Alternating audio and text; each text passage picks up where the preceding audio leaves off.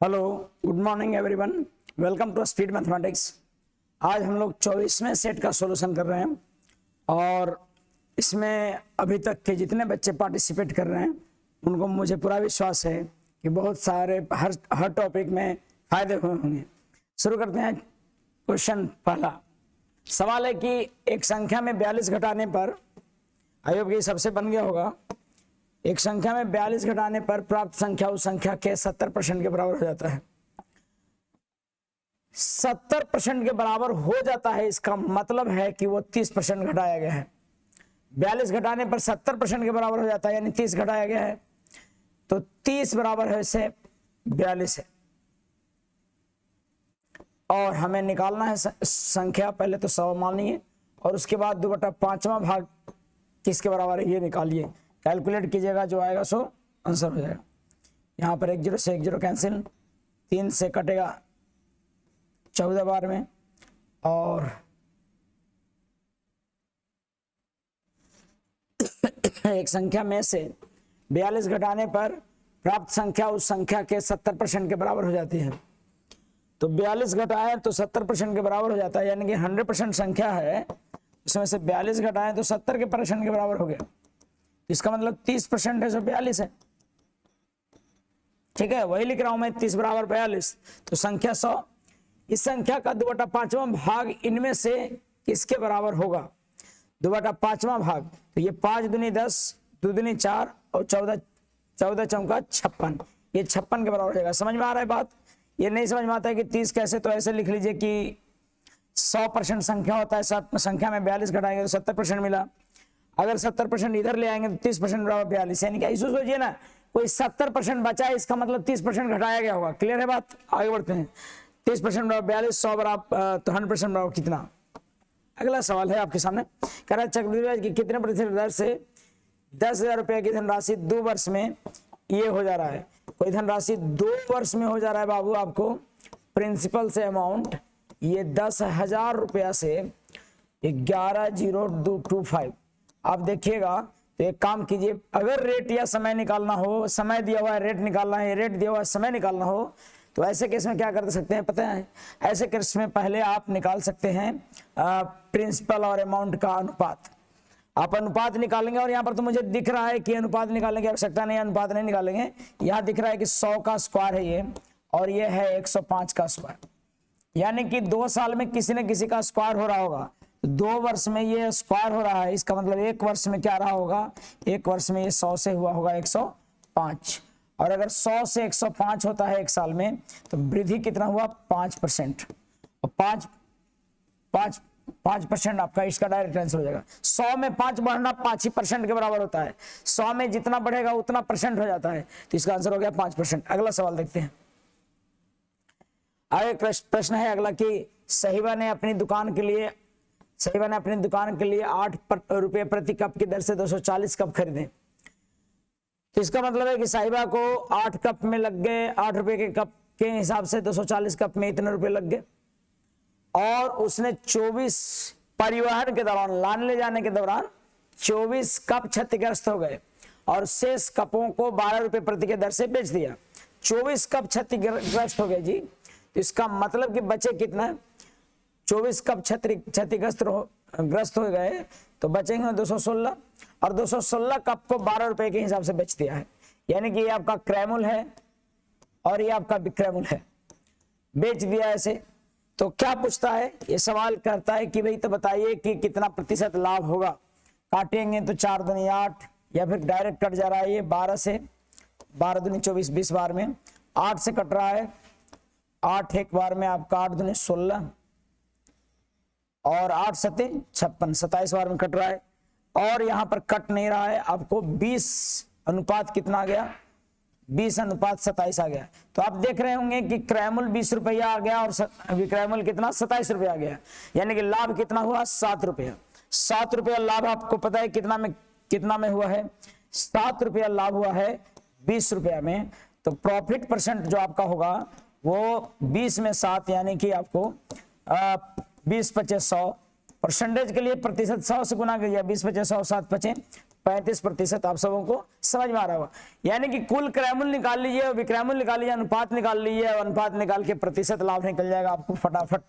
प्रश्न संख्या 35 सवाल देखेंगे। अगला आगे का सवाल कह रहा है कि एक रेलगाड़ी में यात्रा कर रहा है, एक व्यक्ति ध्यान देता है कि वह 1 मिनट में 21 टेलीफोन के खंभे गिनता है। देखिएगा 21 टेलीफोन के खंभे गिनता है। यदि एक खंभे के बीच की दूरी 50 मीटर हो तो रेलगाड़ी की लंबाई ज्ञात करें। ये हूबहू आपके पैकेज का है, टाइप्स का है।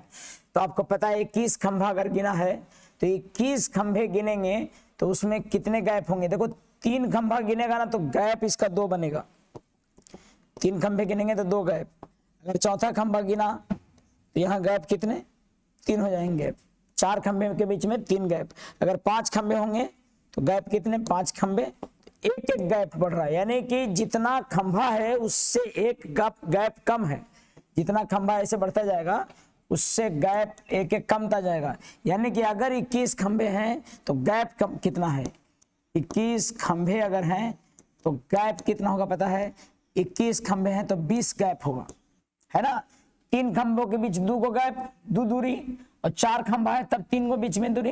इसका मतलब 21 खंभे हैं तो दूरी कितना होगा 20, और 20 दूरी कितने कितने मीटर का 50-50 मीटर का। और कितना देर में पार करता है, यह डिस्टेंस हो गया होगा।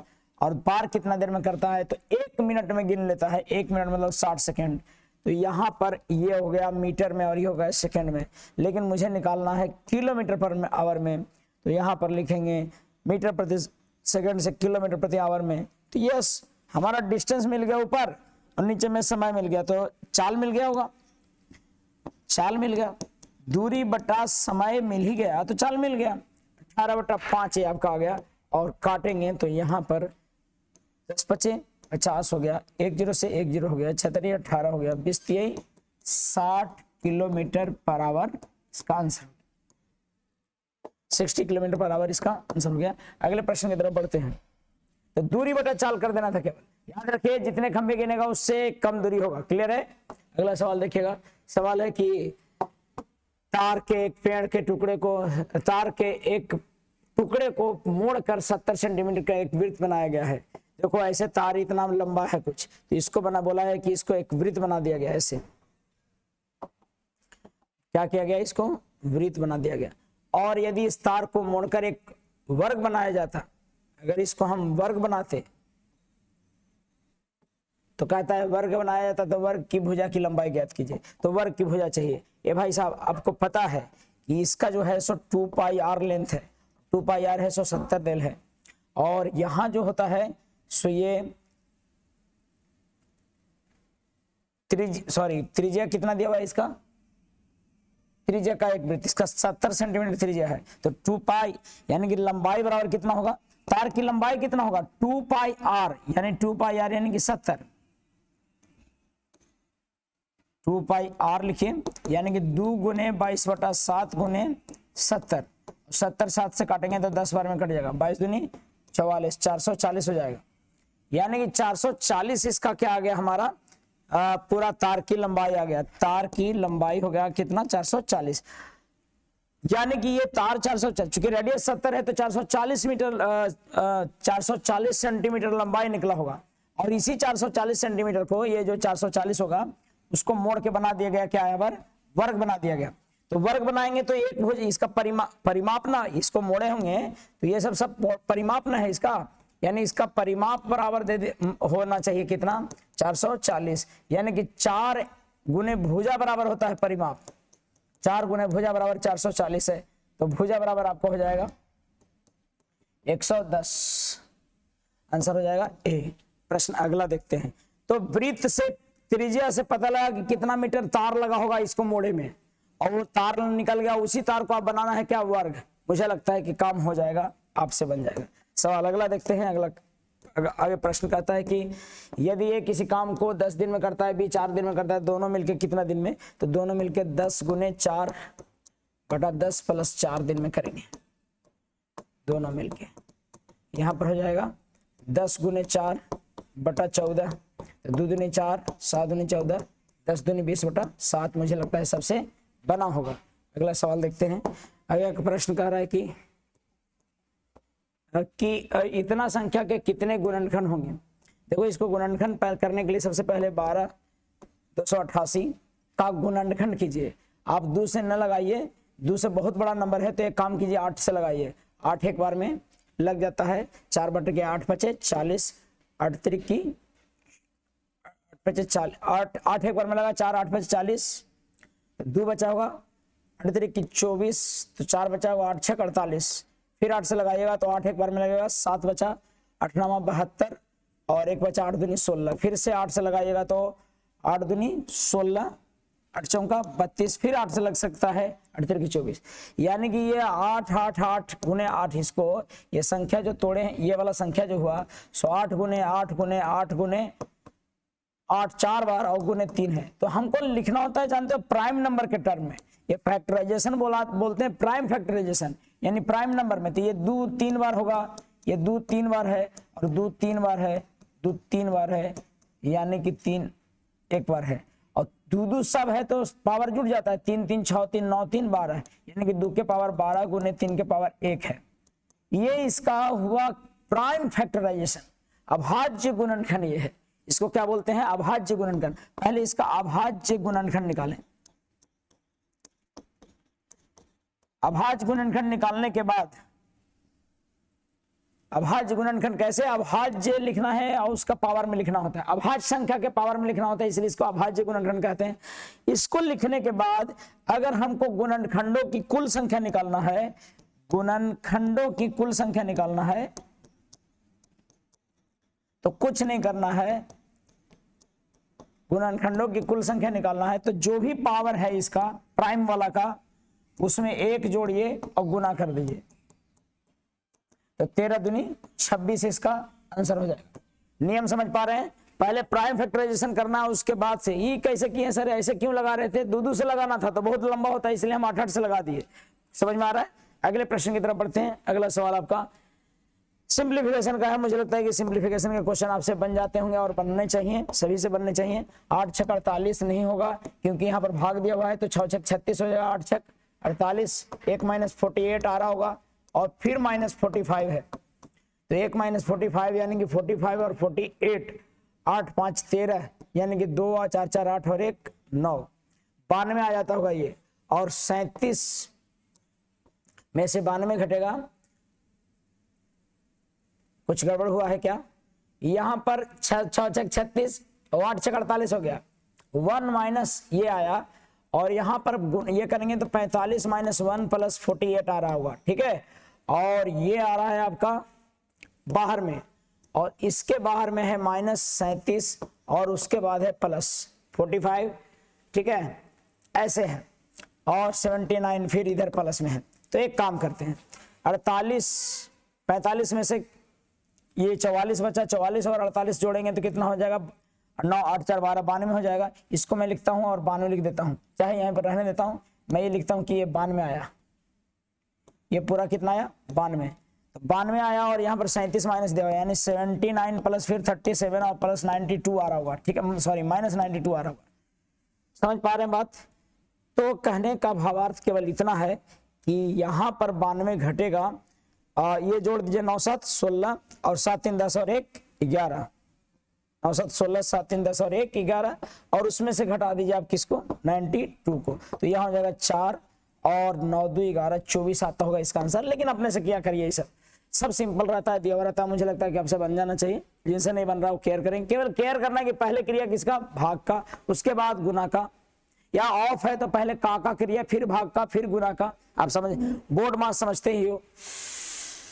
तो ये प्रश्न संख्या अगला देखिए, ये सिक्का वाला, जो कि आप सब लोगों को पता है, सिक्के के सवाल आपको आते ही होंगे।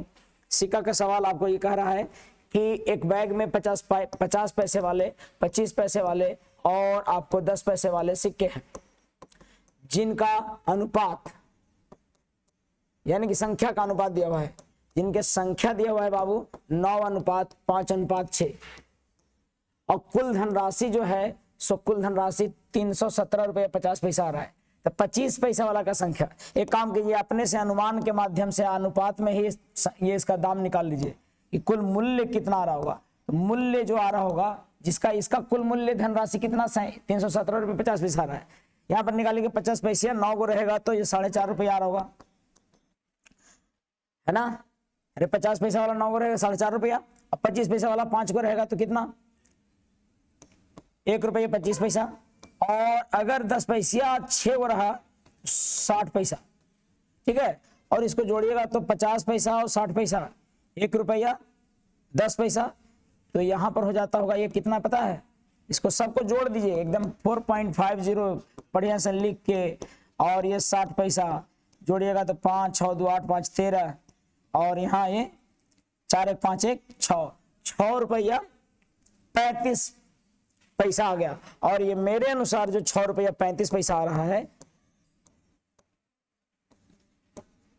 कुछ जोड़ने में कहीं देख लेना एक बार, 5 2 7 13 और 4 1 5 और 1 6 रुपये 35 पैसा जो आ रहा है ना, सो रियल में यहाँ पर 6 रुपया 35 पैसा कितना है पता है, 6 रुपया 35 पैसा है 317 रुपया 50 पैसा। मुझे निकालना क्या है, मुझे निकालना है भाई साहब 25 पैसे की संख्या, और 25 पैसे की संख्या कितना था 5। कैलकुलेट कीजिएगा, ये डेसिमल से ये डेसिमल कैंसिल, तो इसके बदले ये डेसिमल से कैंसिल होगा और ये कट जाएगा, जानते हैं कितने बार में ये कट रहा होगा, 6 5 30 5 बार है, 5 तिया 5 5 25 5 3 15 2 17 और 6 5 30 और 1 31 5 बार में कट जा रहा है 50 बार में। और 50 50 से 250, सिक्कों की संख्या 250 होगा। मुझे लगता है ये तमाम सवाल आपको बन जाते होंगे, क्लास में करवाए जाते हैं, टाइप्स के हुबहू सेम क्वेश्चन टाइप से हैं। सवाल अगला देखिएगा, कहता है हेमा ने एक वेतन का 15% चैरिटेबल ट्रस्ट में दान करने का फैसला किया। सही किया, 15% दान करने का फैसला किया। दान के दिन उसने अपना मन बदल लिया और 4500 दान कर दिया, जो उसके पूर्व में तय किए गए दान का 125% के बराबर है।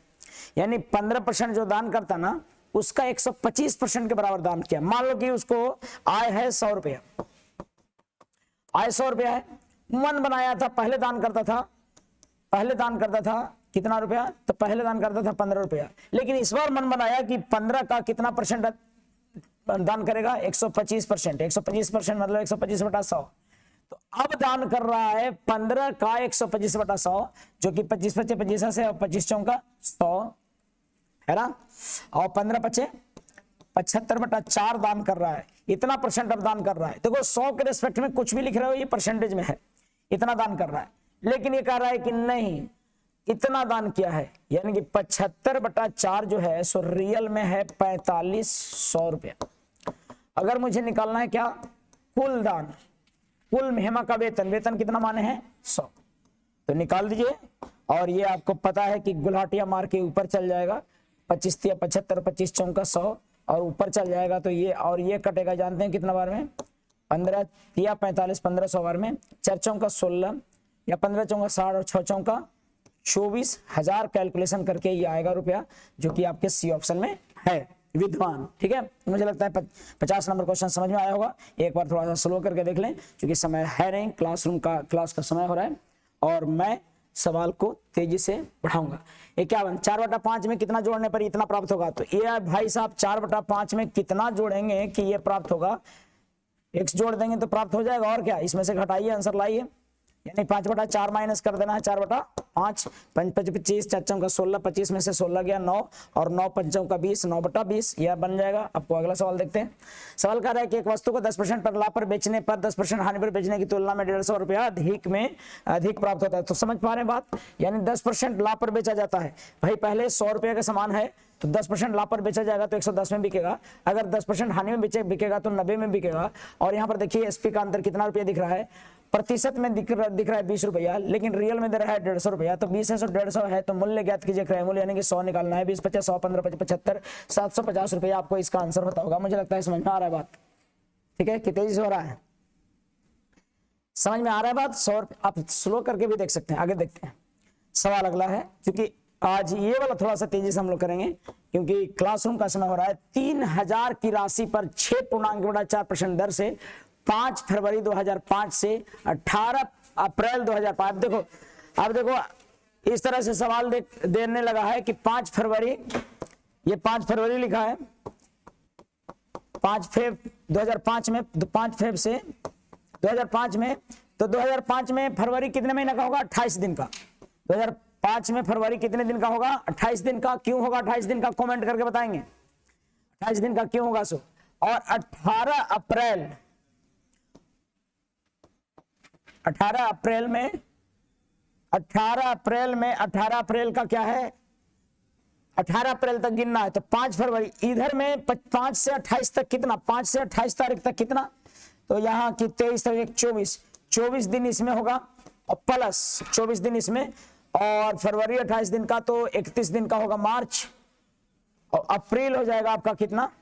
अप्रैल हो जाएगा 18 दिन। यानी कि कुल समय कितना हुआ? तो 8 4 12 और 1 13, 8 4 12 और 1 13, 3 2 5 और 1 6, 3 2 5 और 1 6 और 1 7, 73 दिन यहाँ पर हो रहा है और 73 दिन का साधारण ब्याज खोज रहा है। तो भाई साहब निकाल दीजिए, इसमें मेरा कोई रोल नहीं, आप निकाल लीजिएगा। SI बराबर प्रिंसिपल यानी 3000 गुने 73 दिन। 73 दिन के लिए 365 लिखेंगे, 73 बटा 365 लिखेंगे, और ये आपका गुने रेट कितना दिया है? 6 चौका 24 और 1 25 बटा 4 और गुने हो जाएगा 100। मुझे लगता है कि सब कट जाएगा यहाँ पर। 73 से कट जा रहा है, 73 से 5 बार में कट जा रहा है, और 2 0 से 2 0 तो ये कटना है, और 5 6 30 हो रहा होगा, और 25 छक्का 150 बटा 4 यानी कि 75 बटा 2 यानी कि 37.5 रुपया इसका ब्याज रहा होगा। मुझे लगता है कि समझ में आया कैसे दिन काउंट करना है। दिन ऐसे देने लगा है, यहाँ इतना से इतना। क्लियर है? अगला सवाल देखिएगा, कहता है कि x और y का लसा 119 है। x और y का LCM 119 दिया हुआ है, x और y का LCM 119 दिया हुआ है, और अभाज्य संख्या है। अभाज्य संख्या मतलब समझ रहे हो, ये दोनों नंबर किसी नंबर से नहीं कटता होगा, खुद और एक के अलावे। इसका मतलब ये हुआ, इसका मतलब ये है कि 119 को तोड़ देना है, 119 को तोड़ देना है, कि प्राइम नंबर का गुणनफल है 100, यानी कि अगर दो प्राइम नंबरों का एलसीएम होगा ना तो उन दोनों के गुणनफल के बराबर हो जाएगा, क्योंकि किसी से तो कटेगा नहीं। तो 119 है, यानी कि निश्चित तौर पर 13वां 17 से ना 117 ना 119 है, 17 17 17 से, यानी 17 और कितना है 7 है। अगर 17 और 7 है तो बड़ा है कौन? x बड़ा है y से, यानी कि x का वैल्यू मैं ले लूंगा कितना? x का वैल्यू लूंगा 17 और y का वैल्यू लूंगा 7 और पुट कर दूंगा यहाँ पर इसमें 3 गुने 7 माइनस 17, 21 माइनस 17 यानी कि 7 4 11 4 आंसर हो जाता होगा ए। मुझे लगता है कि 54 नंबर सवाल आपको समझ में आ रहा होगा। अगला देखते हैं सवाल, देखिएगा अगला कह रहा है कि यदि एक आयत की प्रत्येक भुजा 25% वृद्धि की जाती है, अगर आयत की 25% एल और बी दोनों में 25% की वृद्धि हो रही है तो समझ लीजिए कि 5 से 6 हो रहा है, 5 से 6 हो रहा है, सॉरी 25% का मतलब कितना? 25% का मतलब 1/4, 4 से कितना? 5, 4 से 5, 4 चौका 16, 5 5 25, यानी 16 से 25 हो जा रहा है, यानी कितना बढ़ रहा है? 9 बढ़ रहा है। 9/16 कितना परसेंट है ये निकाल के आप कमेंट बॉक्स में जरूर लिखेंगे। मुझे लगता है कि हो जाएगा 900/16, 4 चौका 16, 25 चौका 100, 25 9 225, 225/4, 225/4 कितना हो जाएगा आपको देखिएगा,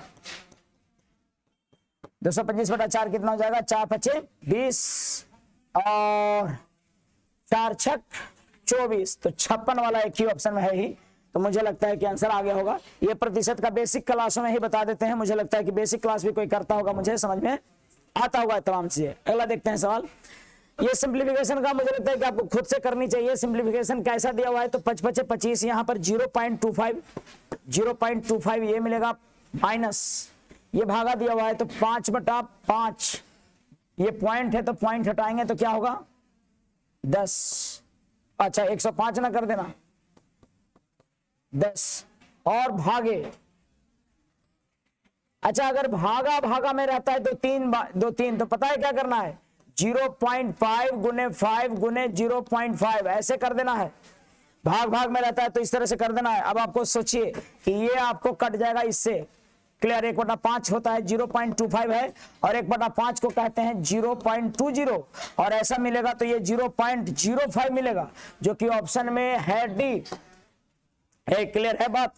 तो इस तरह से समझना है। अगला सवाल देखते हैं। अगला सवाल है आपके सामने कि 4 अंकों की वह बड़ी से बड़ी संख्या क्या होगी जो 18, 25, 45 और 55 से कट जाती हो।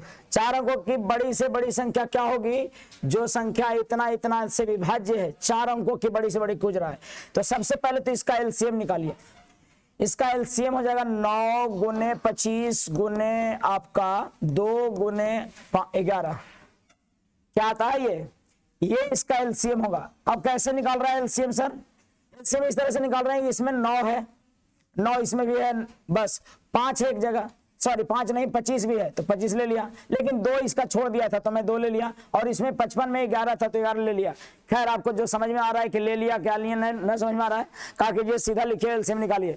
हमारे समझ से एलसीएम यही होना चाहिए, 25 दूनी 50 और 9 पचे 45, 450 450 जोड़िएगा तो मिल जाएगा 4950। एलसीएम ये आना चाहिए। अब सवाल यह है कि सर 4 अंकों की बड़ी से बड़ी संख्या क्या हम ज्ञात करना है।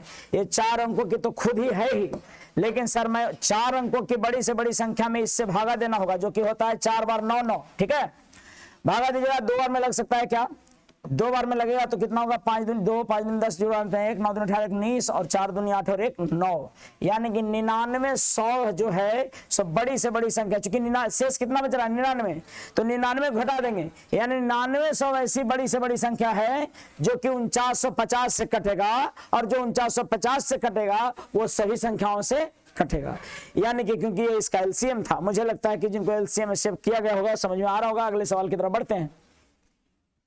एक बाग में 5776 पेड़ लगाए गए हैं। इस प्रकार व्यवस्थित किया गया है कि जिनकी पंक्तियों की संख्या उनके प्रत्येक पंक्ति में उतने ही पेड़ हैं। भैया अगर मान लो कि 4 गो लाइन है, 4 गो है तो चारों में 4 लाइन है, और चारों में कितने कितने पेड़ हैं? चारों में पेड़ है हरियर हरियर, देखो चारों में पेड़ है कितना?